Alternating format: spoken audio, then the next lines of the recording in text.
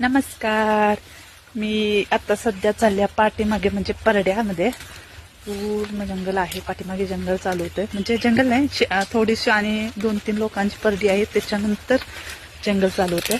तर पाठीमागच्या साईडला एक मिरचीचं झाड आहे, खूप वर्षापासून आहे ते, त्याला मिरच्या लागतात. मग त्या मिरच्या मी काढण्यासाठी आलेलो आहे, तर तुम्हाला दाखवते.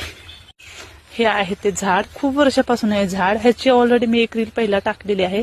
ह्या आहेत त्या मिरच्या, ज्या छोट्या छोट्या आहेत पण धमाका मोठा आहे यांचा, लाईक तिखट आहेत आणि जास्त करून ह्याच मिरच्या यूज होतात. ह्या 12 महिने लागतात, ह्याचं पीक कधीच बाद होत नाही आणि ही झाडं लावायची गरज नाही.